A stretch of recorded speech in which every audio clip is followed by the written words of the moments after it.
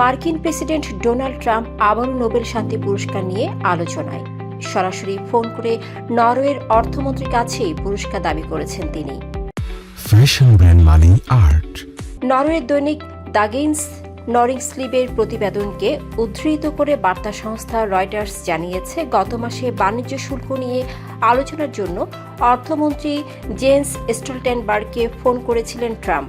সেই আলাপেই উঠে আসে নোবেলের প্রসঙ্গ।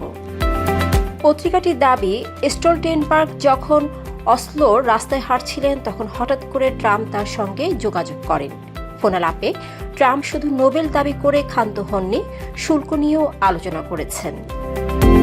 আলাপে যুক্ত ছিলেন মার্কিন অর্থমন্ত্রী স্কট বেসেন্ট এবং বাণিজ্য প্রতিনিধি জেমিসন গুয়াস সহ হোয়াইট হাউসের কয়েকজন কর্মকর্তা। তবে বিস্তারিত জানাতে অস্বীকৃতি জানিয়েছেন নরওয়ের অর্থমন্ত্রী। ট্রাম্পের দাবি, ইসরায়েল, পাকিস্তান, কম্বোডিয়া সহ বিভিন্ন দেশের শান্তি চুক্তি ও যুদ্ধবিরতিতে মধ্যস্থতা করার জন্য তিনি নোবেলের যোগ্য।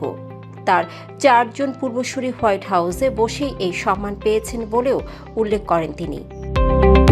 এটি প্রথম নয়, স্টলটেনবার্গের সঙ্গে আলোচনা এর আগেও নোবেলের প্রসঙ্গ তুলেছিলেন ট্রাম্প।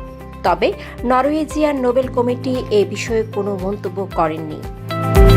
প্রসঙ্গত, প্রতি বছর শত শত প্রার্থীকে নোবেলের জন্য মনোনীত করা হলেও বিজয়ীদের নির্বাচন করে নরওয়ের পার্লামেন্ট কর্তৃক নিয়োগপ্রাপ্ত 5 সদস্যের নোবেল কমিটি।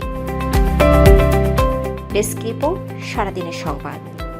ফ্যাশন ব্র্যান্ড মানে art. Men's, ladies and kids wear, art.